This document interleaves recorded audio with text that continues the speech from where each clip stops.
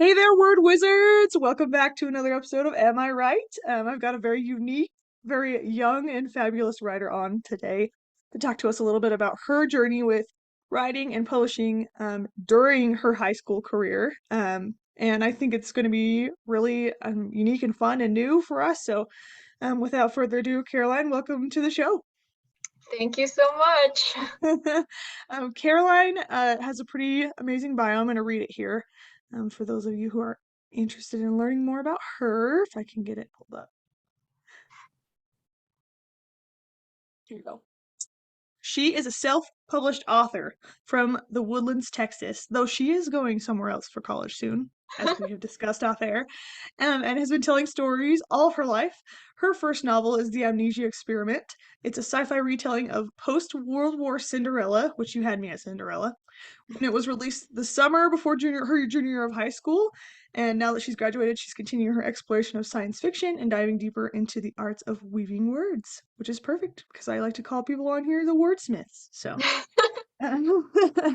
Caroline, we chatted a little bit off air, and one of the things that I just thought was really, really impressive was that you found time to write a whole book while being in high school, while having all these activities coming up.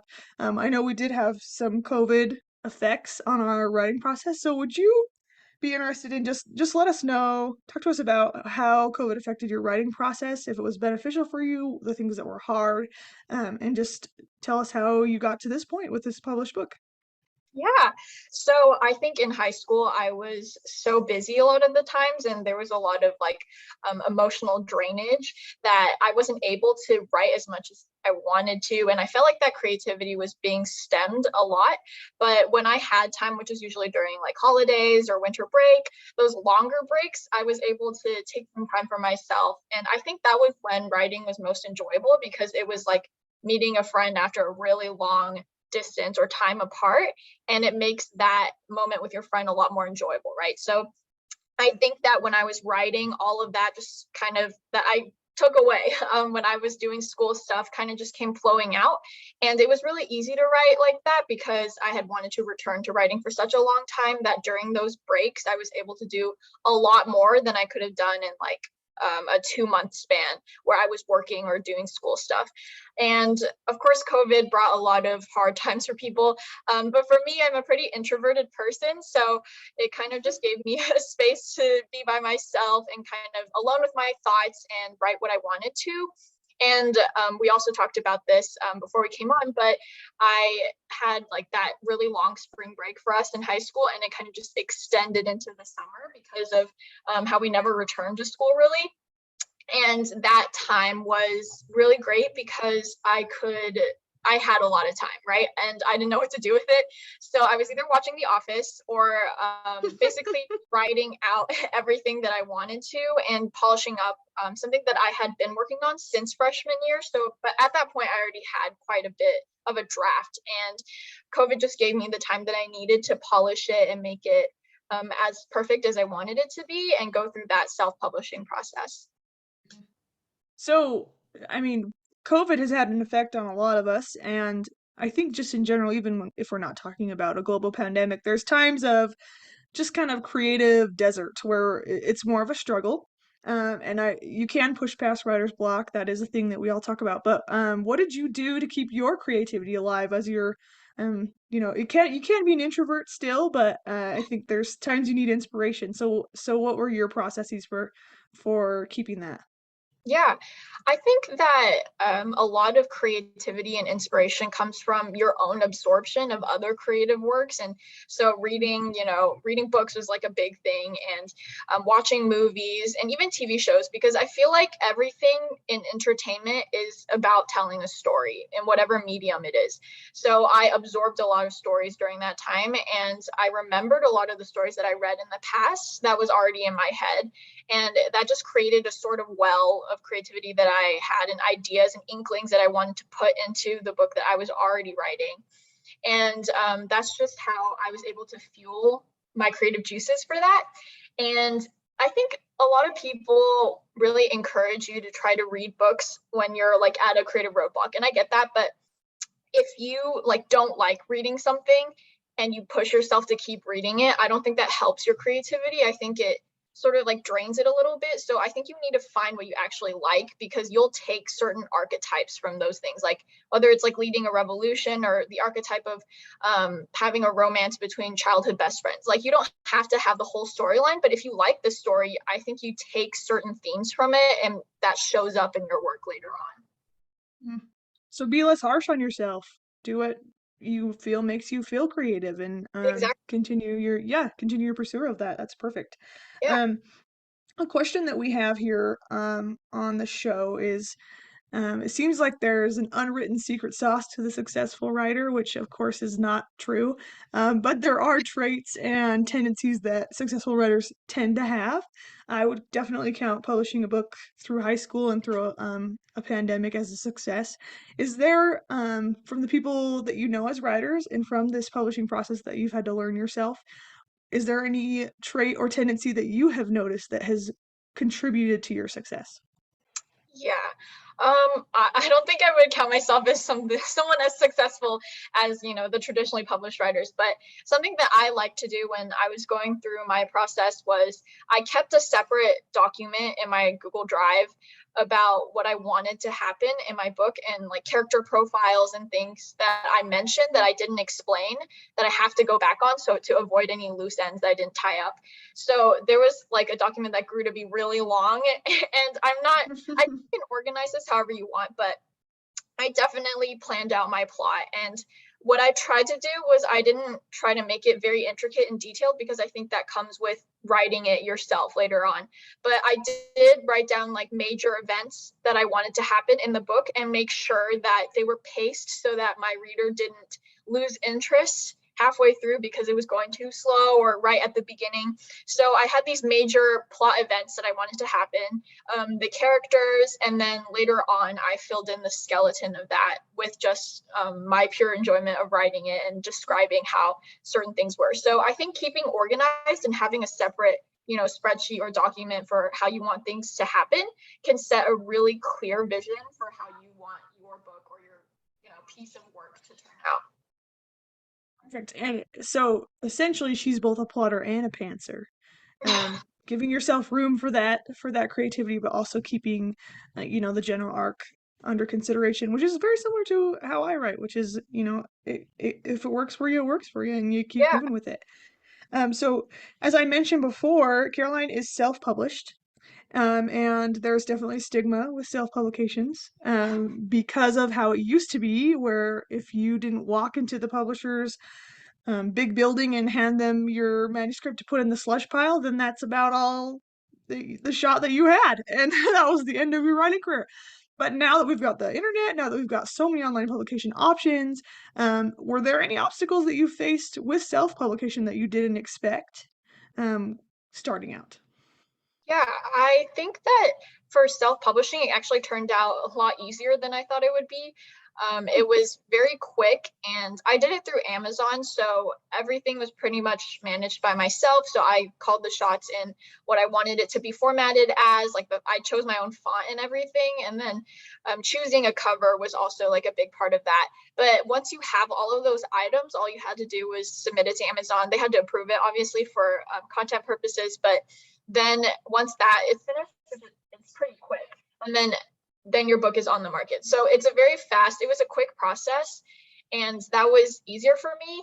I think that with self-publishing, like you said, like a lot of the stigma that comes with it, but I think honestly, self-publishing is if you have something to say, and self-publishing is the fastest way for you to do it. And maybe you might not have like the resources or the time to go through like the whole process with like a publisher or a literary agent, or maybe you can't find one, but you feel like this is something, a calling for you to say something, then I think self-publishing is a really good way to go about that, because like you said, social media, the internet, everything is really fast nowadays, and you can actually promote your book to a lot of people. Mm. And it's a good reminder that we write to make our voices heard, to tell the story that we want to read, and most of us to touch people in Mm, ways that you can't face to face with that many people. So write for the right reasons, and yeah. consider self-publishing as an option for reaching those people, as long as you're willing to put in the marketing work and I guess, handle things on your own. And it sounds Mhm. like it was more, the hardest part was more a process of ensuring that the book was ready to be published before having to put it on, through Amazon, because that was pretty quick. And I think without someone else to tell you, an agent to say, I don't think this is working, or I think you should try something else here. Um, did you feel like you reached a point where it was totally ready? And what were the indicators of that for you? Yeah, I don't personally think that a piece of work can ever be truly finished. I don't think we finish a piece of writing. It's just when it's, like you said, when it's ready to be shown to the world. I Mhm. think I reached the point of this is done when I had completely rewritten my story. So originally, my book started as like one draft that was written when I was younger. And then I was like, no, this isn't going to cut it. So I rewrote everything. And then after that second draft, I was like, okay, wow, like this is like, it has what I want in it. And then I went back to obviously like revise and edit and make sure that it flows a little smoother. But I think I reached a point like emotionally where I felt like this is the compilation of my thoughts, and it's encapsulated well and gracefully. And then I published it. So I guess the indicators was just I don't have like a concrete indicator, but I did feel like this is a story that I am proud of and I want other people to see, and I'm curious what people think of it. And that Mm. was sort of like, wow, it's done. But I do like want to comment a little on this because so this was before junior year of high school when I published this. And now that I'm older, it's been like around 2 years. I think that sometimes I look back on that book and I'm like, I would not have written that if it was now. And I think that's part of growth as a writer, right? Mm. You're going to cringe at Mm. some of the things that you wrote, but for me at the time, it was the best work that I could have like accomplished, and I'm Mhm. confident in that. And I was confident in that back then. Like this was all that I could sustain and all that I could produce, and it was the best of me at that time when I was writing. And because of that, I'm proud that it's published. Not because now, like to my standards now, it's not very good, but I can create a new best work. So I think that it's okay to publish something that may not be perfect in the future, but to you right now, it was what you could do and the best of what you could do, and that's worthy to be read. There's our plaque of the day, our plaque of the episode right there. That's perfect. And I bring this up too because it's it is an ongoing process, and it's not something that I think anyone will ever feel like, oh, I've arrived. I've Yeah. arrived at a finished manuscript, right? It's always a constant. I mean, I have manuscripts I worked on for 7 years. I've had some that I only worked on for one, right? Mhm. And I too had a self-published book in high school, although it was a children's book. And looking back on it, the cringe is definitely there. The cringe is there, right? And I think it's more. I love the way that you are thinking of it, your line of thought, because it's not, is this still quality work? It's look at how I've grown, and look at how this could apply to people who were my age and my thought process when I created it, when I released it to the world.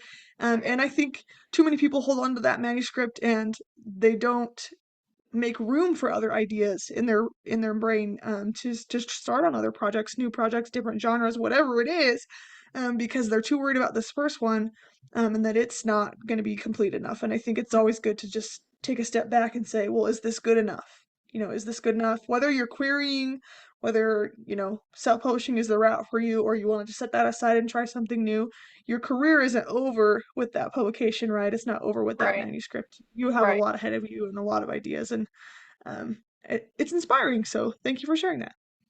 Of course.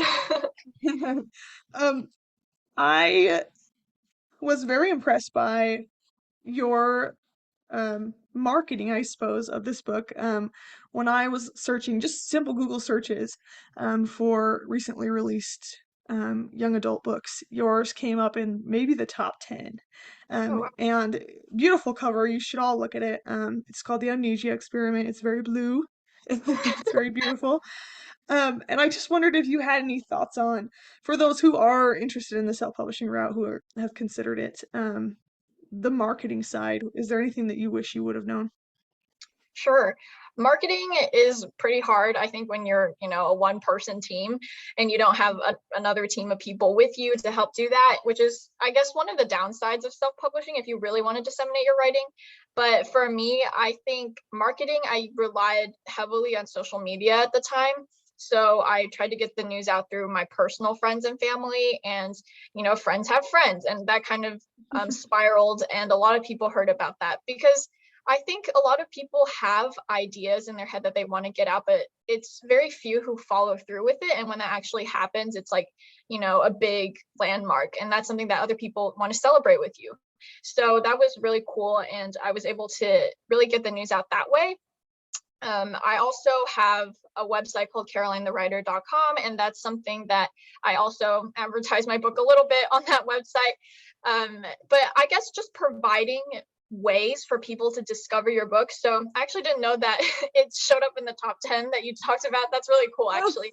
Um, but I think like once you put it out there, once it's available on Amazon, I think it also shows up on Goodreads automatically too. So once you actually do the act, it just proliferates sometimes by itself. Like it shows up on websites of foreign bookstores that I didn't know about until I accidentally found it.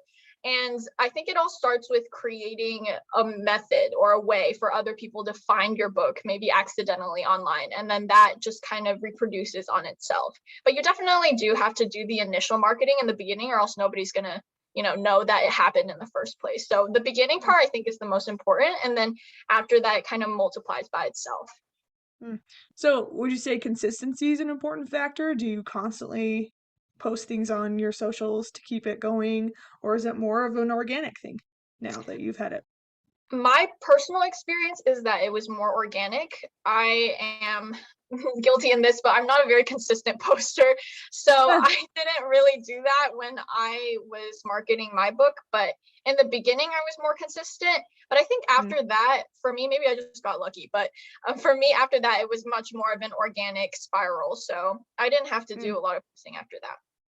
Well, you're in the right career because I don't think I've spoken to any writer or author that's been really consistent on purpose in their social media marketing, unless their agent tells them that they need to, or they're trying to promote something. So you're in good company, is what I'm saying, and there is hope for you out there who find social media to be extremely daunting because I've had to deal with that myself too. And there's ways you can schedule ahead and make sure that you're not constantly focusing on that. So, this has been a really great conversation. I think it's been super helpful. Caroline, do you have any um, overarching advice to young authors or young writers who aspire to be an author but think maybe they're just not old enough, don't have the experience enough to let something out? Yeah. I mean, as Nike says, just do it. I think you just have to start somewhere. If you don't, Mm, it's the hardest part is just starting, because once you mm, actually start, the ideas just keep coming. And it's yeah. okay if your writing is horrible in the beginning, or you're like, this is never going to make it anywhere. Because, yeah, I mean, for the most part, the initial writing isn't going to make it anywhere. That's like the whole point. And writing is a very long process. And what's something that I would recommend young, writers to do if they want to get their work eventually published is just to word vomit. Like just write down what you want to actually make it in. Write down what's in your head, like the scenes that you're imagining, the dialogue that's going on. Even if it doesn't have any context with it, you can come up with that later, because you might find that you leave behind a few gems, like certain ideas in your writing that doesn't make sense where it is right now, but you can take that out and weave it into something more elegant later on. And what's most important is just starting, because you always have that second chance of coming back and revising it. But if you don't start at all, you're never going to have that chance to come back and edit it, because yeah, it's really important to just start, because if you don't, it's just not going to happen. Can't do anything with a blank page. Exactly. Yep. Yep. Exactly. Exactly. I would have to agree, and I think there is no age limit. If there's anything that this podcast has proven, there is no age minimum either. There are Yeah. writers of all backgrounds, all ethnicities, I mean, genders, ages. It's a game for everybody. And if you Yeah. have something that is applicable and relatable, which likely if you have a story to tell, it's going to be relatable to a large group of humanity because we're all humans. Mhm. It's up to you to keep writing. That's one of the mottos of this podcast is to write on. And that's what you said, word vomit, which maybe is a more abrasive way to say it, but true nonetheless. And Yeah. so thank you for that. And before we wrap up, I want to ask for those who think, oh man, Caroline is so cool. I want to be more a part of her community. How can we connect with you? Yeah, so I just have my blog that's going on. It's very casual. It's just carolinethewriter.com. I did get off of Instagram, so I'm not part of that community anymore, unfortunately. But that's pretty much like my only public social is that blog. And then I am on Amazon as an author profile, and then I like to interact on Goodreads as well. Yeah, get on Goodreads, get her added. We'll have that in the show notes as well for the writer, or excuse me, the viewers, the writers. I guess you all are writers too. I mean, Yeah, that's why you're listening. But thank you so much for going on. And I just want to reiterate that it's different for every person, but you'll definitely see patterns in the advice that we get on this show, and especially from Caroline. So thank you for coming on the show, Caroline. And sure. I was stick super around, happy. but yeah, I'm so glad. For the rest of you listeners out there who are aspiring, right on.